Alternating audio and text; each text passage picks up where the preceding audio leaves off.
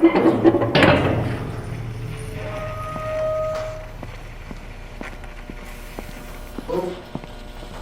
جنازة الصلاة قدمنا إنا لله وإنا إليه راجعون. هو بعد متأكد إيه هو نفسه تعرفه؟ إيه عارفه هو محمد بابا الصادق.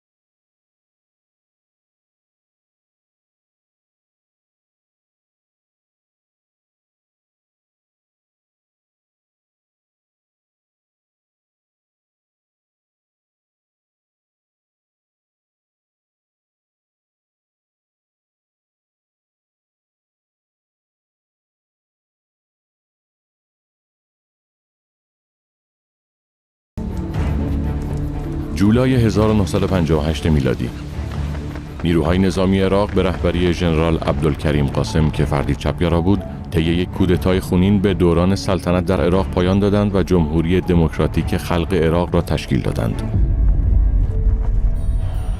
با این کار قدرت به عبدالکریم قاسم که گرایشی آشکار به کمونیسم و شوروی داشت رسید و او توانست با شعارهای از جنس برابری، آزادی و بازگرداندن حقوق مدنی طیف گسترده‌ای از مردم را جذب حکومت خود کند. جریان انقلاب کودتای عبدالکریم قاسم یک مرتبه عراق آرام، ساکت و تاریک را دگرگون کرد. جلوی شیوعی ها کمونیست ها را باز کرد، رها کرد. کمونیست ها به خیال اینکه فرصت بسیار خوبی است اون چنان به فعالیت افتادن و اون چنان جنب جوش در عراق به وجود آمد و اینکه عبدالکریم قاسم معجزه کرده است. عبدالکریم قاسم همه چیز را اصلاح می کند. عبدالکریم قاسم رحمتی از آسمان برای ما. یه مرتبه اون چنان جنب جوشی در تمام عراق افتاد که پایکوبی در تظاهرات در روستاها به وجود آمد در ارتباط با کمونیستی. کمونیستی در عراق در زمان عبدالکریم قاسم به اوج خودش رسید، به گونه‌ای که در نجف که مرکز و پایتخت علمای شیعه بود، اینا اومدن اونجا خیمه زدن و ثبت نام میکردن برای حزب کمونیستی. حزب کمونیستی که ادعاش نفی اخروی، نفی آخرت، نفی خدا، نفی مسائل معنوی جهان دیگر بود. اون رویارویی هایی که برقرار شد بین حوزه مرجعیت و روحانیت و بین اون جهاتی که طرف کمونیست ها بودن یا کمونیست بودن، کمونیست حقیقی که خیلی کم بود، این رویارویی ها به تدریج نیازی رو به وجود آورد، اینکه اسلام جوابگوی کمونیستی باشه. مسئله شیوعیت اونقدر بالا گرفت و مردم به هیجان آمده بودن که حتی در ایام 40 که از همه جای عراق دستجات می آمدن کربلا، سینه زنی به همون روش عراقی برپا می شد. مردم آمدن برای زیارت کربلا، زیارت 40، سوگواری. دستجات سوگواریه، اما حتی یک شعار برخورد نکردم که مذهبی باشه. همه شعارهاش هم شعارهای کمونیستی بود. این وضعیت عراق شده بود. دانشگاهی علاقمند شده بودن به کمونیستی به دلیل اینکه کمونیستی در مقابل ماتریالیسم و امپریالیسم سرمایه‌داری قیام کرده بود. یعنی شعارشون ضد امپریالیستی بود، به عنوان یک حزب انقلابی خودشون مطرح کرده بودن، جاذبه پیدا کرده بود در بین تحصیل کرده ها، دانشگاهی ها و عوام هم که اونهایی که ناآگاه بودن جذب این شعار و این هیجان شده بودن. در دانشگاه ها اسلام باید برخورد با مکاتب اروپا بکنه، نه مکتب کمونیستی فقط. با الحاد باید برخورد بکنه، با مدارس فکری گوناگون غرب باید برخورد بکنه، که منجر شد به اون فتوای تاریخی آیت الله اسد محسن حکیم الشیوعیت کفر و الحاد، که ایشون فتوا دادن حواستون جمع باشه، کمونیستی الحاد و ماتریالیستی و مادیگرایی است و کفره. 3 کلمه: الشیوعیت کفر و الحاد. البته نه الشیوعیون، الشیوعیت و مکتب، نه مکتبی ها بیچاره مسلمون بودند و دیگه غفلت اونا رو گرفته شد، جهل اونا رو گرفته بود. این فتوا اثر گذاشت، ولی در قشر مردم، در قشر مؤمن متدین و عوام جامعه تأثیر گذار بود. اینی که گفته شد بساط شیوعی ها در عراق برچیده شد و هر مسئله هی بر عظمت حوزه علمیه، هی بر عظمت مرحوم آقای حکیم می افزود. مشهور بود عبدالکریم قاسم که شیعه است و در مقابل آیت الله سید محسن حکیم کوچکی میکرد، از باب اینکه مرجع تقلید شیعیان عراق آیت الله سید محسن حکیم بود و تمام عراق در اختیار او بود. من یادم هست که آیت الله حکیم در بیمارستان خوابید بغداد، عبدالکریم قاسم آمد، یک زانوش بلند کرده بود، یک زانوش گذاشته بود زمین و خم شده بود دست آیت الله حکیم را میبوسید. البته اینا عوام فریبانه این کار میکردن. کمونیستی در درجه اول در دانشگاه و بین فرهنگی ها و دانشجویان و اینها نفوذ پیدا کرده بود. فتوا نمیتونست برای تأثیر در این قشر مؤثر باشه. در این رابطه بود که شهید صدر که طراح اصلی کلیه این مسائل اسلامی بود فلسفتنا را نوشت. سالها پیش از ظهور عبدالکریم قاسم و اوجگیری کمونیسم بود که طی موافقتنامه محرمانه با نام سایکس پیکو عراق باقی مانده است پیکر بیجان امپراتوری متلاشی شده عثمانی پس از پایان جنگ جهانی اول جزئی از قلمرو اشغالی انگلیس شد و نتیجه آنکه در سال 1920 میلادی کشور مستقل عراق شکل گرفت. در همان دوران بود که مسلمانان عراق با رهبری آیت الله محمد تقی شیرازی و آیت الله شیخ الشریعه اصفهانی دست به قیام مسلحانه زدند. این قیام که به ثورة العشرین معروف است 3 ماه به طول انجامید و در نهایت توسط نیروهای انگلیسی و با به شهادت رساندن 9000 نفر از مردم عراق سرکوب شد و در پی آن خاندان فیصل با حمایت انگلیسی ها بر تخت پادشاهی عراق که حالا کشوری مستقل شده بود تکیه زدند. شکست قیام انگیزه و توان مبارزات سیاسی را از حوزه علمیه نجف گرفت و این حوزه دوباره به محلی صرف برای تحصیل علوم اسلامی تبدیل شد. در چنین فضایی و در دوران پادشاهی ملک فیصل در سال 1935 میلادی کودکی با نام محمد باقر در خاندان بزرگ صدر در شهر کاظمین متولد شد. آیت الله صدر پدرشون مرحوم سید حیدر صدر پدر را در کودکی از دست دادن و بزرگان بیت ایشون کسبه‌ای بودن، دانشگاهیانی بودن، قضاتی بودن، شخصیت‌های عراقی بودند که به هر حال اشراف بر این بیت داشتند و اونها مایل نبودند بر اینکه این فرزندشون بیاد در رشته تحصیلات حوزوی. شما ببینید که سید محمد صدر که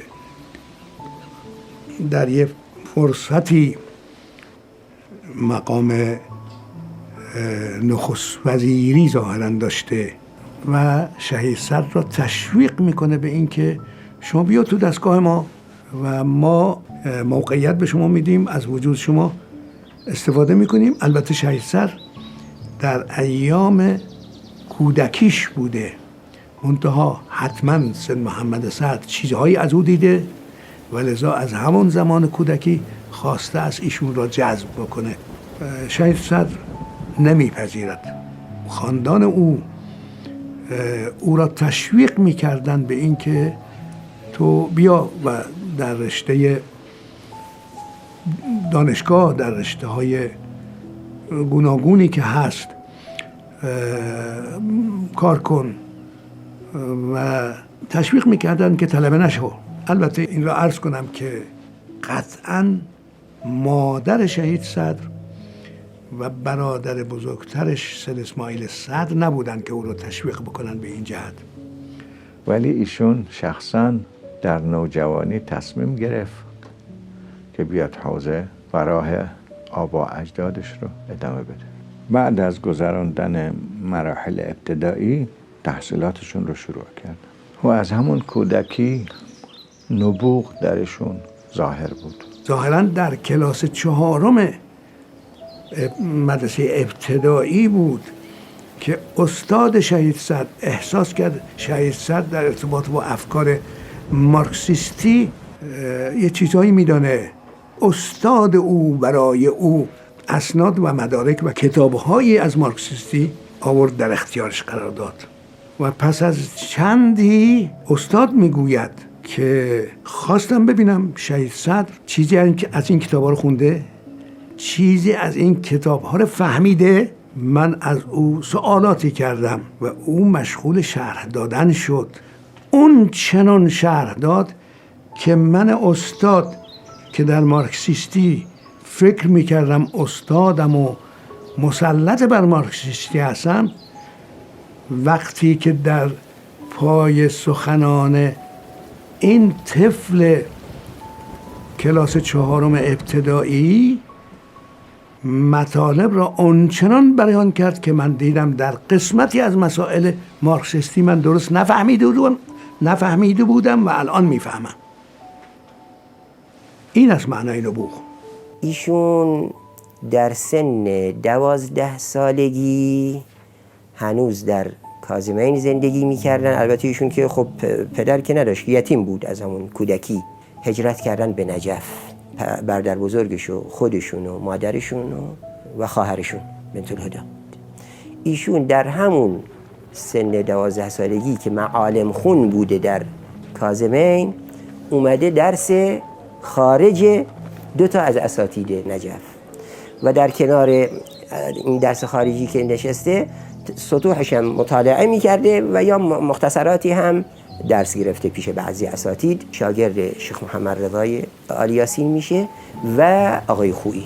تو درس شیخ محمد رضای آلی یاسین که حاضر میشه، خب حضار درس پیرمردهایی بودن، محترمانی بودن، با بزرگسالانی بودن.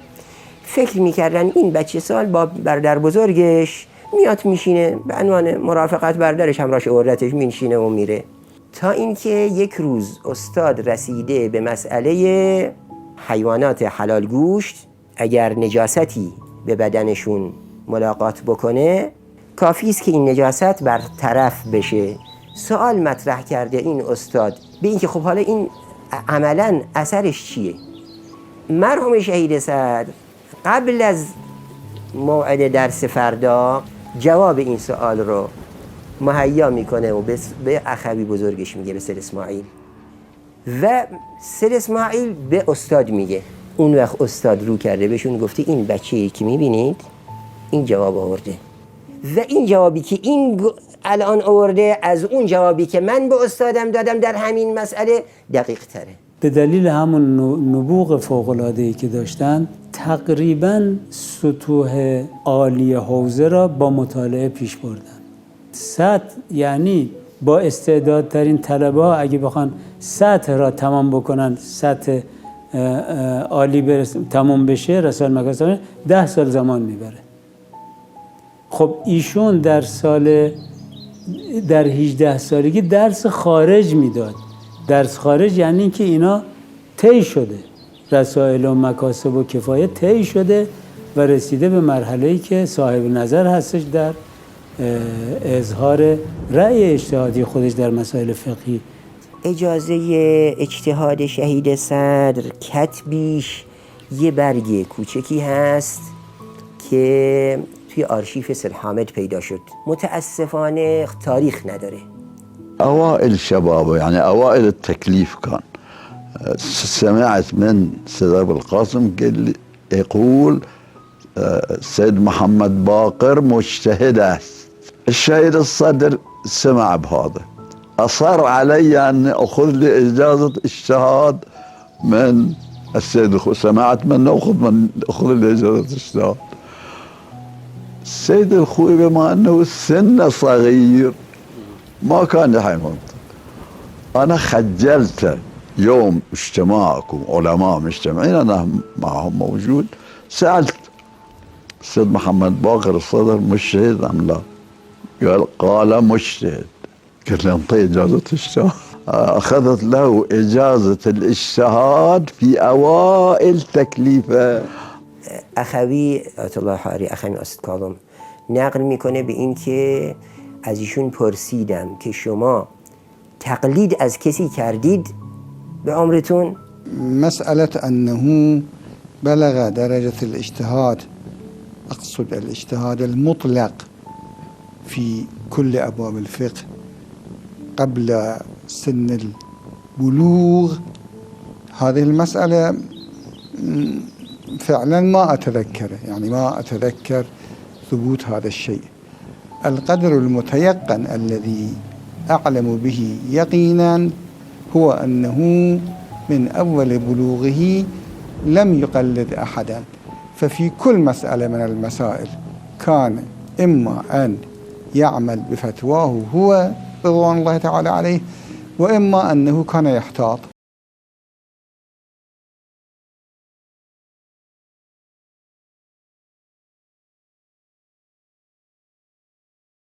صدر که با نبوغ خیره کنندش در همان سنین نوجوانی مراتب عالی حوزه را طی کرده بود، خیلی زود پا به میدان فعالیت‌های اسلامی گذاشت و از همان ابتدای جوانی با تألیف کتاب‌های عمیق و نوآور به تأمین نیازهای مسلمانان در عرصه اندیشه پرداخت.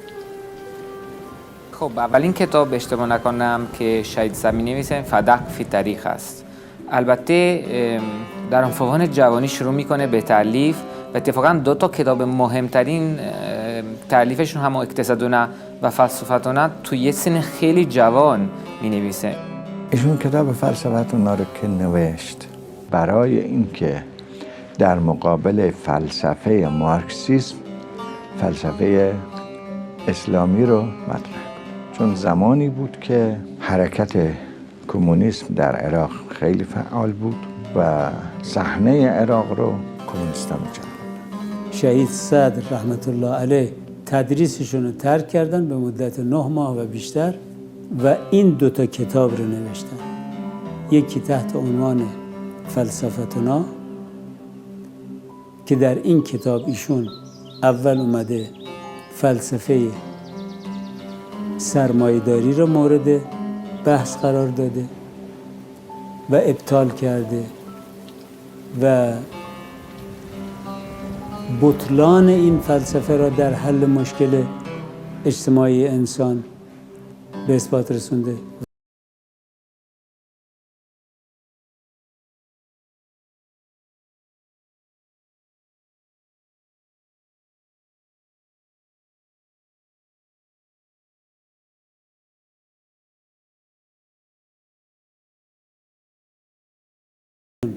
اول اومده نقد فلسفه مارکسیسم، همون اشیاعیه، ماتریالیسم تاریخی رو مورد نقد قرار داده ایشون، فلسفه و جهانبینی مارکسیسم را ابطال کرده و بعد فلسفه اسلامی را به عنوان فلسفه برتر به اثبات رسونده و اسم کتاب را هم گذاشته فلسفتنا، یعنی فلسفه ما مسلمان ها. وقتی که فلسفتونا رو نوشتن، البته خودشون هم در سن حدود 26 سالگی بودن.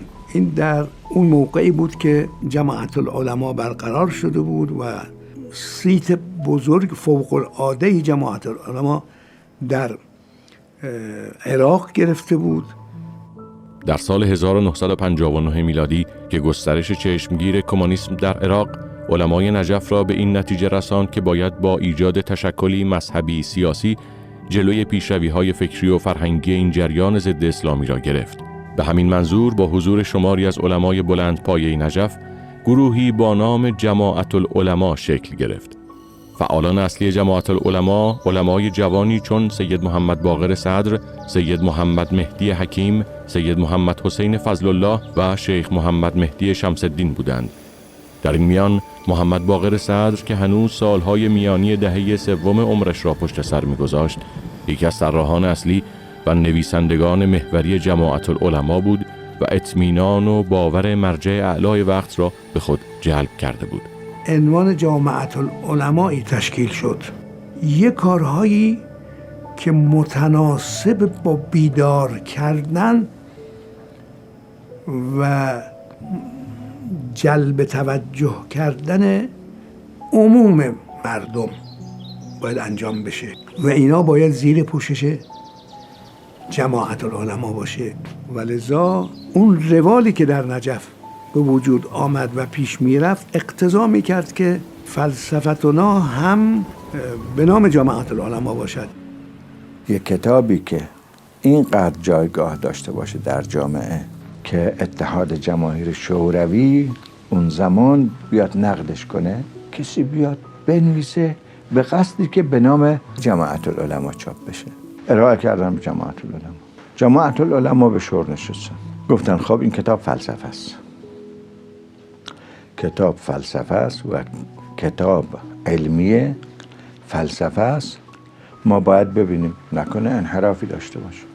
منتها جماعت العلماء شرایطی گذاشتن که این باید تغییر کنه، بعضی عبارات، بعضی مطالب که آقای صدر اون تغییرات را مناسب نمیدانست. جماعت العلماء ملاحظاتی اظهار کردن در ارتباط با کتاب فلسفتونا. شهید صدر البته ملاحظه کرد که این آقایون ملاحظاتشون اگر چنانچه در نظر گرفته بشود فلسفتونا به اون صورتی که نوشته شده است نمیتواند وظیفه‌ای که داره انجام بده، موقعیتی که داره، کاری که باید انجام بده بتونه انجام بده و لذا به ناچار شهید صدر کتاب را به نام خودش چاپ کرد و خیلی هم خوب شد، برای خاطر اینکه آغاز شهرت ایشون از این کتاب بود. یعنی ایشون اشتهاری که پیدا کرد در سطح عراق و در سطح جهانی از این کتاب آغاز. و این چنان جا افتاد، چنان صیت عجیبی در جهان اسلام در او اولی که تعریف شد جا پیدا کرد که مرحوم شهید صدر میفرمود اگر من میفهمیدم که این قدر جا باز میکنه، این قدر مشهور میشه، این قدر محبوبیت پیدا میکند برای علما و جهان اسلام، من هرگز حاضر نمیشدم که به نام خودم میره چاپ. مرحوم صدر توسعه جریان سیاسی و عقیدتی رو جزو یک برنامه خیلی روشنی هم در فلسفتونا مطرح کرد و هم در کتاب بعدیشون اقتصادونا که ما بایست به دنبال پیاده کردن اسلام در چارچوب یک مکتب تمام عیار و کامل و صالح برای پیاده شدن در امروز در عصر جدید، ما اسلام رو بایستی قوت ببخشیم و هستی ببخشیم که مناسب روز باشد و از این رو در حرکت ایدئولوژی فلسفتونا نوشت، در اقتصادونا برنامه مجتمعانه را داشتن. مارکسیسم مدعی این بودن که ما طرح اقتصادی جهان را به ارمغان آوردیم برای برقراری مساوات و عدالت که ظلم در مقابل ظلم نظام کاپیتالیستی سرمایه‌داری. و لذا ایشون تحت عنوان اقتصادنا این کتاب را تألیف کردند. این دوتا کتاب تونست موجی را در بین تحصیل کرده ها و دانشگاهی ها و فرهنگی ها به وجود بیاره و اینا رو دوباره برگردونه به اندیشه های اصیل اسلامی. دکتر اقتصاددانی بود، متخصص اقتصادی در مصر به نام محمد شوق الفنجری. ایشون اسم شهید سر را شنیده بوده و با ایشون ارتباط نامه‌ای داشته، رفته آمد شده بوده. نامه کتاب اقتصادنا فلسفتنا شهید سر را دیده بوده. یک سال گویا دعوت شده بوده به عراق از طرف دولت عراق. بعد که کارش تمام شده گفته برم نجف دیدن این دوستمون محمد باقر صدر.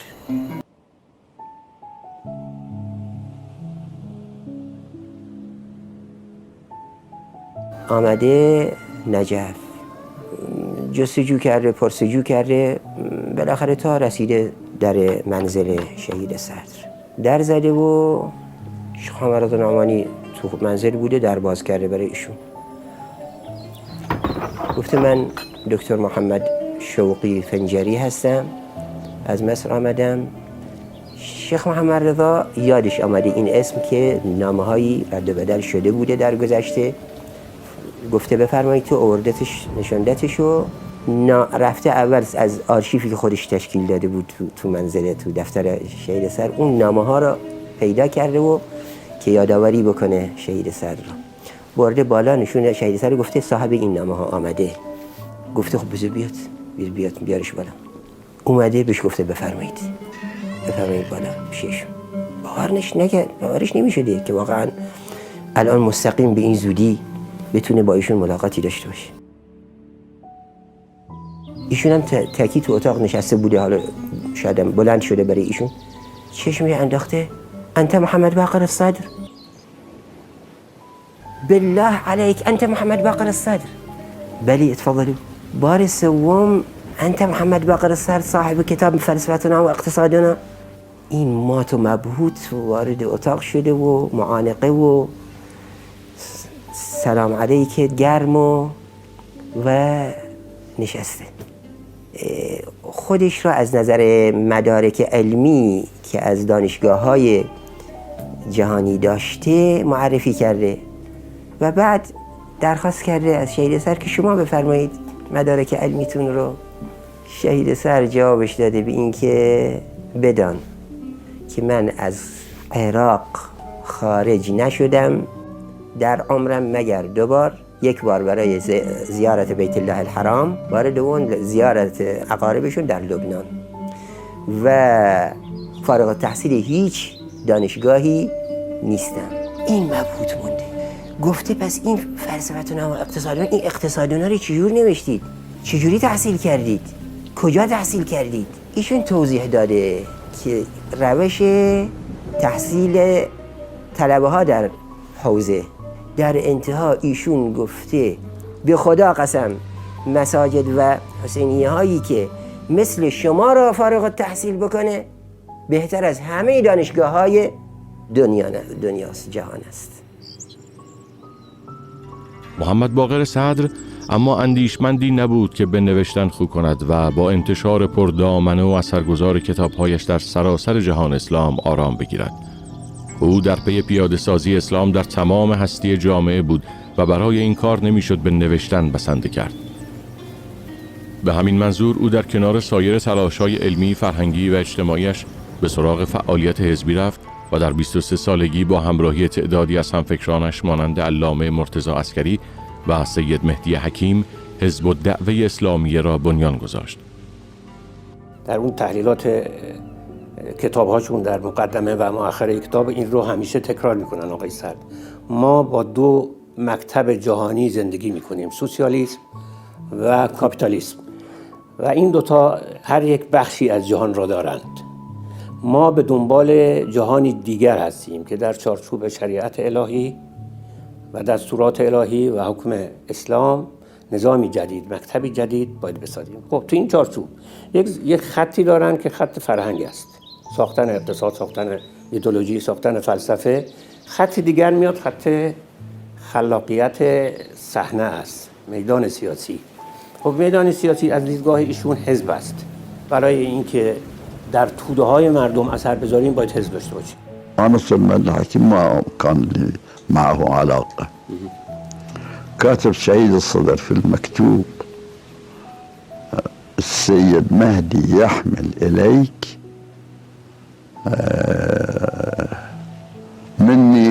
يحمل مني إليك حديث. تفضل.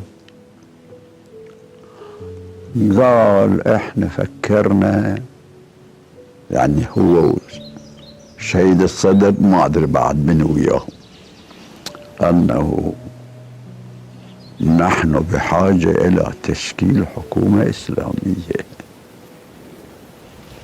نحن المسلمين بحاجة الى، يعني المقصود هذا تشكيل حكومة اسلامية. شهيد الصدر قال اذا العسكري دخل نقدر نسوي شيء، اذا ما دخل ما نقدر نسوي شيء. وانا جاي عليك تيجي قلت له روح، انا كنت افكر. اون مقطع اینطور عنوان شد که آقای صدر متصدی این تشکیلات هست. این آقای صدر برای من تعریف کرد که من مؤسس حزب الدعوه هستم در عراق و من به آقای خویی استادم اون زمانی که مرجع تقلید نبود رفتم برای ایشان گفتم اگه میخواییم انقلاب کنیم باید تأسیس حزب سیاسی کنیم. از طریق تأسیس حزب سیاسی در نظامیان عراق تصرف میکنیم، بعد نظامیان خودشون کودتا میکنن. نقل میشه به این که به آقای خویی گفته شد که محمد باقر صدر حزب تشکیل داده و آقای خویی در اون لحظات اول، حالا بعد آیا بعد نظرش تغییر کرده یا نه نمیدونم، ولی در اون موقع لحظه اولی که خبر بهش رسیده آقای خویی جواب داده که اگر محمد باقر صدر حزب تشکیل بده من اولین کسی هستم که اسم می‌نویسم تو حزب اون. منتها این که تشکیلات حزب تا چقدر مقبول آقایون مراجع بود مسئله است که شرایط یکسان نبود. یک زمانی دو تا آقازاده های مرحوم آقای حکیم در حزب بودن، مرحوم حاسد محمد باقر، حاسد مهدی. خب نه خوب بود، روابط نسبتا حسنه بود. بعدها اینا رفتن بیرون. یه سری اشکالات، مثلا چون که حزب سری هست و ما نمیدانیم که مثلا در رهبری ها کی هست و کی اداره میکنه حزب رو، سوال هست، این مسئله شک برمی‌انگیزد. مرحوم آقای خویی نه، خیلی بازتر بودن، میگفتن که اصلا خوب است، حلال است، جایز است و حتی احیانا لازم است. و بخشی از مطالب فکری حزب رو که اساسنامه اینهاش بود، مرحوم آقای صدر پیش مرحوم آقای خویی هم میبرد و مطرح میکرد و صلاح مشورت میکردن که اینها هست و دور نبودن. ما میدونیم با این هم که بحث هست که به هر حال در آوردن حزب دعوه، حزب دعوه، شهید صدر یه نقش مهمی داشت. حالا چه نقشی داشت این که واقعا بحث داره. حتما از لحاظ اندیشه حتما مهمترینش شهید صدر هستش. البته کسانی دیگه هست که فعالیت میکنه مثل خود مهدی حکیم یا محمد بحرالعلوم. با اینکه اون زمان بعد سید حکیم فرار میکنه از عراق، مجبور میشه همون بحرالعلوم هم میره لندن، هم محمد باقر صدر بمونه اونجا و فعالیت انجام میشه. اما همون یه بخش جدیدیش که شهید صدر فکر کنه که حوزه علمیه نباید فقط روی کار تدریس فعالیت انجام بده، مگه بیرون هم بره با مردم معمولی به اصطلاح که خب اندیشه اسلامی دارن اما روحانی نیستن فعالیت انجام میده. یک وقتی در سال 74 یعنی تقریبا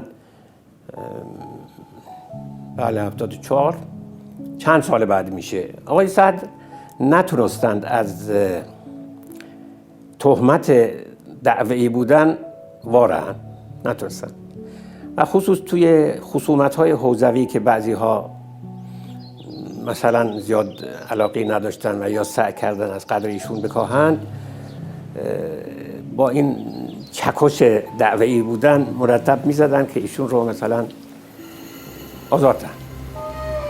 به این ترتیب محمد باقر صدر پس از 5 سال از تأسیس حزب الدعوه تصمیم گرفت از حزب کناره‌گیری کند، هرچند تا مدت‌ها رابطه فکری و عاطفی خود را با حزب الدعوه قطع نکرد. نمی‌شود گفت که فلان آقا مرجع تقلید تو حزبه، هنوز جا نیفتاده برای جامعه ما.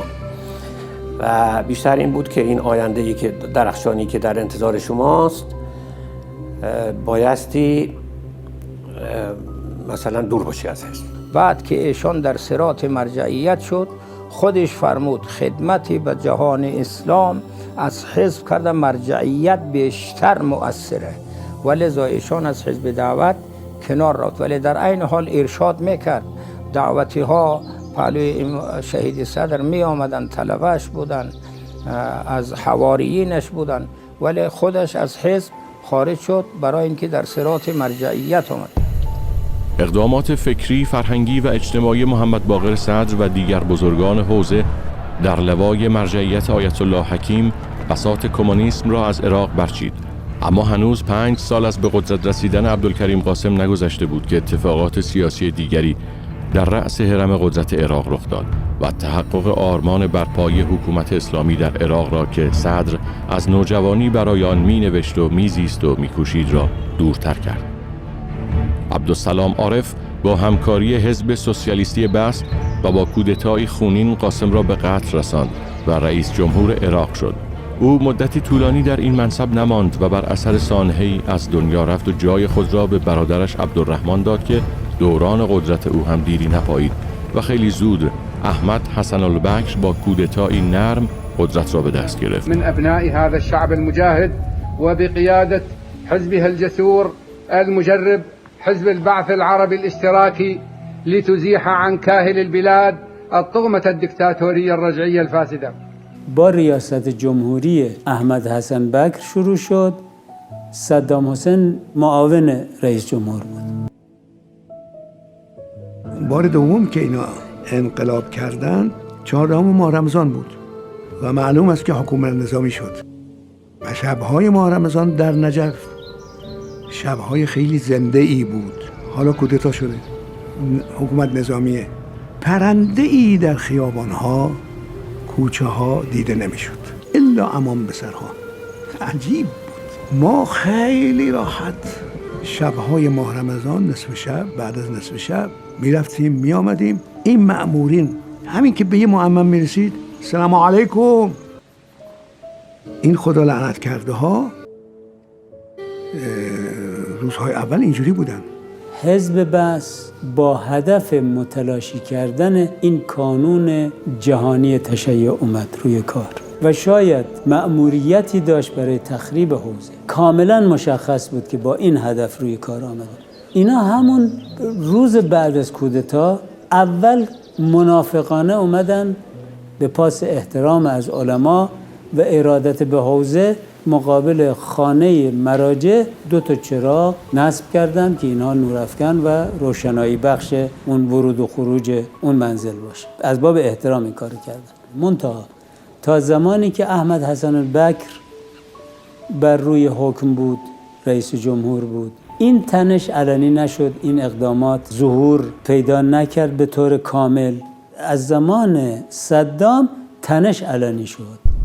حسن البکر 11 سال ریاستی را به عهده داشت که به شکلی ناآشکار آن را با جانشینش صدام حسین تقسیم کرده بود. حالا صدام شرایط را برای کنار زدن علنی بکر فراهم می‌دید. بکر را وادار کرد تا خودش متن استعفایش را در تلویزیون بخواند و همان قدرت ظاهری را هم آبرومندانه به صدام تحویل بدهد. صدام تنها به رفتن بکر راضی نشد و پس از او صدها نفر از افسران بعثی طرفدار بکر را به جوخه اعدام سپرد تا هیچ حنجره‌ای برای مخالفت با او باقی نماند. صدام حسین طرح اسلام زدایی، شیعه زدایی داشت در یک چارچوب بزرگ، در چارچوب حزب بعث، حزب لایک، به حساب سوسیالیسم حزب بعث جزوی از نقشه اسلام زدایی در منطقه بود که اصلا خب ادبیات افلاق مؤسس حزب بعث تمامی ادبیات باید اسلام رو صاف کرد. نقشه اسلام زدایی ما بایستی با تمام مراکز اسلامی بجنگیم. تو این چارچوب حکومت اقلیت حاکم در عراق، اقلیت عربی سنی، همیشه این دغدغه صعود شیعه تو یک چارچوبی که اسمش انتخابات باشه یا هر چی باشه که شد بعد از سقوط صدام حسین، این دغدغه داشتن که مواضع قدرت شیعی رو بزنن. صدام وقتی رو کار آمد متهم کرد. اغلب شخصیت‌های اهل خیری که مرتبط با حوزه بودن اینا رو به اتهام جاسوسی متهم کرد. ومع ذلك يستمرون على نفس الانحطاط وعلى نفس الدسيسة وعلى نفس الخيانة وعلى ذات الطريق اللي رايدين بيمردون حزب البعث العربي الاشتراكي. ما يكفيهم اللي سووه في سوريا، يريدون يطاردون الحزب في بقعة المحصنة في العراق. تنش اصلی با حزب بعث که زائیده اقدامات خود حزب بعث و سر به سر گذاشتن حوزه و مرجعیت بود در زمان آیت الله حکیم بود. آقای حکیم وقتی به مرجعیت رسید و عمدتاً هم از ایران به مرجعیت رسید، اینم یه مسئله است، خیلی تعصب برای تشیع داشت، خیلی اصرار داشت اعلاء کلمه تشیع و خیلی آماده بود که در سطح گسترده تر از اون چه که به طور کلاسیک مراجع متصدی بودن متصدی باشه و اصرار داشتن بر اینکه مرجعیت باید گسترش داشته باشه، به جوانب مختلفه ملت برسه، دخالت داشته باشه در تغییر حوزه، دخالت داشته باشه در برخورد با فساد، برخورد با حکومت‌های ناصالح و حتی برخورد داشته باشه با استعمار، منتها در یک فهم کلاسیک برای این مسائل. پس اول مرجعیت وقت، مرجعیت جوانی شهید صدر یعنی مرجعیت آقای حکیم را باید یک مرجعیت زنده و آماده، زمینه برای شهید صدر در نظر بگیریم. اطرافی های آقای حکیم میشه گفت دو بخش بودن، یه بخش روشنفکر و جنبه مثلا کم و بیش ایده های سیاسی داشتند و ایده مثلا رسیدن به حکومت و اینها داشتند. یه بخش هم بودن که نه، خیلی سنتی و خیلی دور از این مسائل روشنفکری و سیاسی و اینها. شهید سر از این بخش اول از اطرافی های آقای حکیم بوده در اون جوانیش که ایده حکومت و ایده سیاسی و این روشنفکری های اینجوری از اون زمان داشته. اگر شهید صدر در مرجعیت کذا و کذا بود، اون چی که کرد در زمان آقای حکیم نمیتوانست بکنه. پس ما وقتی از شهید صدر صحبت میکنیم کورکورانه همه مربوط به شهید صدر ندونیم. شهید صدر زمینه را فراهم دید، زمینه آقای حکیم بود، آقای حکیم نباید فراموش کرد.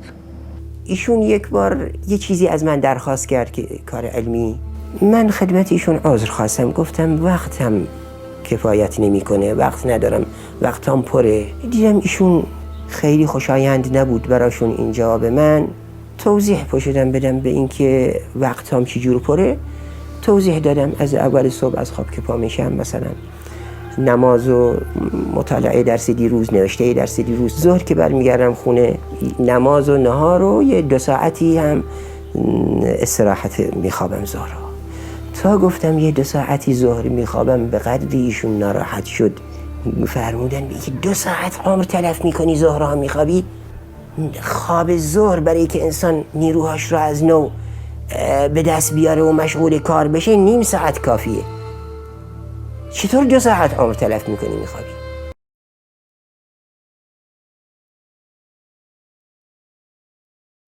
آیت الله صدر به عنوان یکی از برجسته ترین مدرسین در حوزه علمی نجف که درس ایشون بسیار محققانه و برجسته بود، بیان بسیار شیوایی داشتن در تدریس، قلم روان و قوی داشتن در مقام نوشتن.